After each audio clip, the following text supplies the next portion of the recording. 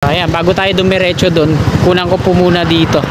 Ang dami na nilang mga na-dredging dyan mga borak dyan sa Pasig River. So dito nila dinadump yan, tinatambak. Pati yung mga water lily, ayun, sa unahan natuyo na, no? Gamit tong mga nakalutang na excavator. So ang San Miguel Corporation po dito yung naglilinis ng Pasig River. Ito na yung ikalimang pier column, double decker po yan. Ito yung pang-apat. So nagre-rebar na sila sa taas. Ito yung pangatlo, malinis na. At ito naman yung pangalawa, malinis na rin. Wala na yung mga scaffolding sa kanan, platforms. Meron pang nakadikit na gunny bag. Ito naman yung una. Sinimulan ko to, walang naniniwala sa paligid ko. Magandang tanghali mga kasikap. Welcome po sa panibago na naman nating update. Dito po tayo ngayon sa kabaan ng Quirino Avenue northbound. Dito po mismo sa may Quirino Bridge number 2. At patungo tayo dyan sa unahan sa may Tomas Claudio. At patungo sa may Padre Jacinto Zamora Bridge hanggang doon sa Paco Santa Mesa Road. At mag-update po tayo sa Skyway Section 2A. Titingnan natin kung ano na yung progress, no, doon sa unahan. So bago tayo magtungo doon, ayan, unang ko po muna yung paligid dito. Rail track ng PNR doon, tulay. NCR right of way. At ito, binakuran nila to hanggang doon, no? Nasa ilalim po tayo ng double decker. At ito naman yung on ramp patungong Alabang dito sa ating likod. So ayan mga kasikap, nakunan na po natin. Diretso na po tayo doon. Tara, let's go. Plaza Azul na po yan dyan sa unahan natin. So ngayon, shoutout po sa mga kasikap natin na tatanghalian na sa mga oras na ito. Patungo ako ngayon sa Camp Aguinaldo.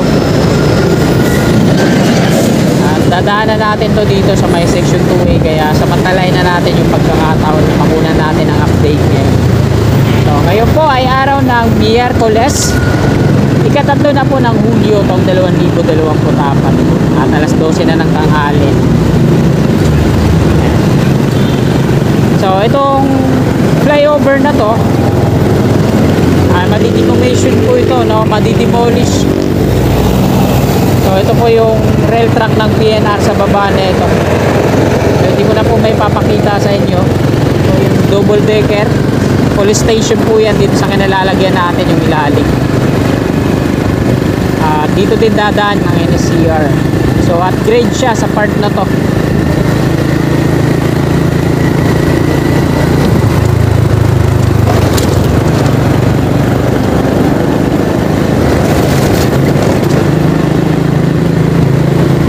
Grabe, napakainit. Tapos mamayang gabi, lakas naman ng ulan.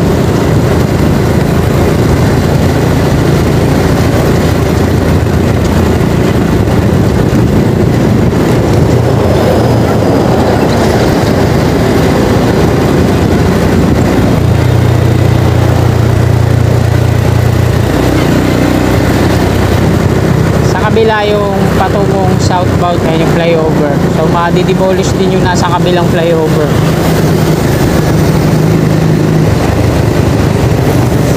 Silipin natin dito mga kasikap. Nilinis nila to dito yung bakanting lote dito sa kanan ng San Miguel Corporation.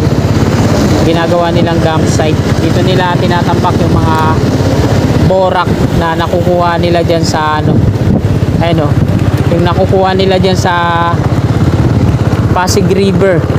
Dami na nilang mga na-dredging dyan mga borak dyan sa Pasig River. So dito nila tinatambak. Pati yung mga water lily, ayun, sa unahan natuyo na, no? Gamit tong mga nakalutang na excavator. So ang San Miguel Corporation po dito yung naglilinis ng Pasig River ng walang bayad, no? Walang bayad ang gobyerno. At sila din yung gumagawa na Bulacan Airport. San Miguel Corporation din yan kay Kamunang. So pag napuno na to dito ng mga borak, ito naman isusunod nila hanggang dun. So napakalawak po yan dyan, ano?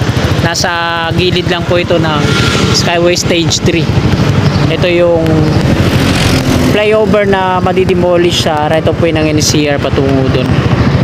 So diretso na tayo doon mga kasikap. Kung naalala nyo pa yung balita nung nakaraan, yung nagkaroon ng clearing operation ng DPS Manila. So dito po yan yung nagkaroon pa ng barilan, mga nakatira dito.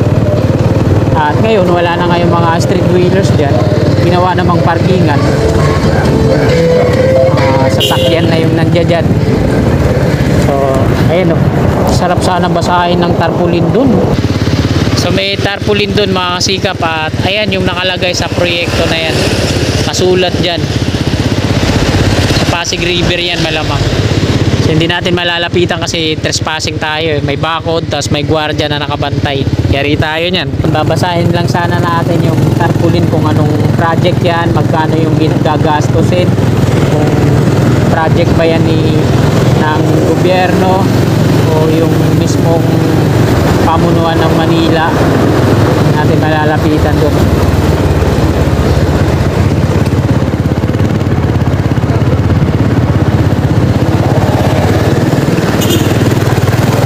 Pandakan Station sa kaliwa natin, ayan yung madidemolish. Piyata Pandakan. Ito yung Tomas Claudio, no? Dito i-connect yung section 2A patungo yan doon.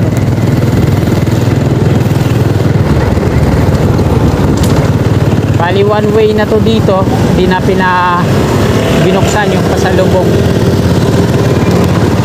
So ito naman yung sa NSCR, i-demolish dito yung flyover dito, on ramp patungong Quirino Avenue.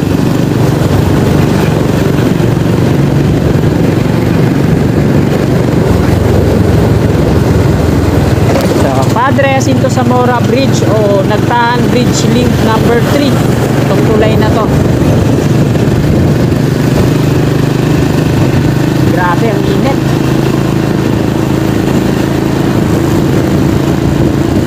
Ayan yung soil testing nila, nandito na sa kabila. Wala na dun sa sa Ilog Pasig. Dalawa yung pier na gagawin dyan, pier 142 at 141. So magiging balance cantilever po yung construction na gagawin dyan ng NSCR. At ayan yung mga tower na AGCP, mare-relocate po yan. So ito yung start ng Dumduma Construction. Dito yung barracks nila, yung mga bata na yan, mga terador ng bakal yan. Nakita ko na yan nung nakaraan, nagbibit-bit ng mahabang steel bar. Kataon pa na walang mga empleyado dito, yung gwardiya nandito. So ito na yung ikalimang pier column, double decker po yan. Ito yung pangapat, so nagre-rebar na sila sa taas. Ito yung pangatlo, malinis na. At ito naman yung pangalawa, malinis na rin, wala na yung mga scaffolding sa kanan, platforms. Meron pang nakadikit na gunny bag. Ito naman yung una. So ayan na yung NLEX connector, yung binaon ulit nila, no? Diba may nakabitin na yun na malaking rebar cage dyan sa tawid. Wala, binaon ulit nila, yun, ginawang pundasyon. At itong mga mabababang rebar cage na to, ito yung sa hanay ng off-ramp patungo dito sa Valenzuela Street. Ayan yung Maui OSS. So dalawa po yung pier column na, dalawa po yung rebar cage na ititirik dito ng NLEX connector. Ayan yung malalaki. Tingnan natin kung magiging double decker din ang NLEX connector. So yung may mga net na yan, ayan yung pagtitirikan ng rebar cage. So, ang Bauer po ang gumagawa dito sa off-ramp. So sarado yung westbound, itong eastbound lang one way. Yung rebar ng Bauer ito, meron pang top segment na ipapatong dyan. So hindi pa yan yung pinali.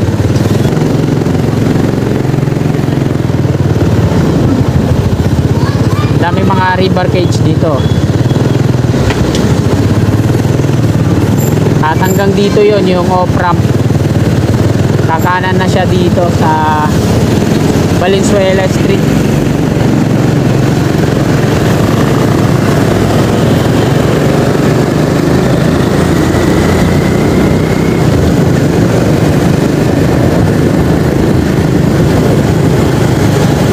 At ayan mga kasilya, Valenzuela Street na po ito.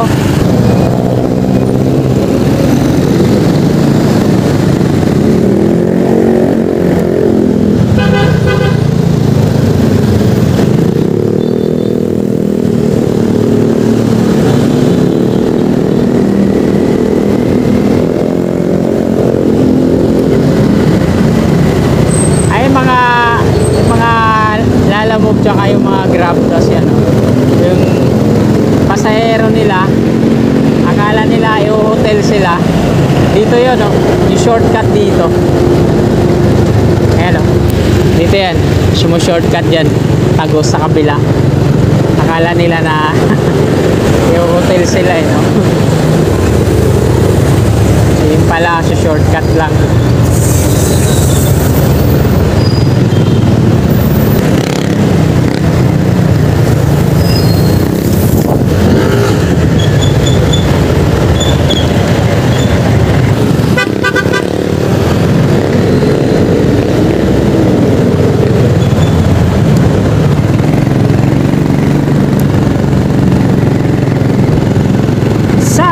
Kasikap, nandito na po tayo sa Ramon Magsaysay Boulevard.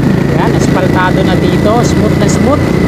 At hanggang dito na lang po itong video na to mga kasikap. Maraming po salamat sa patuloy niyo suporta kay Kasikap Channel. Lagi po tayo mag-iingat, magandang tanghali at God bless po sa ating lahat.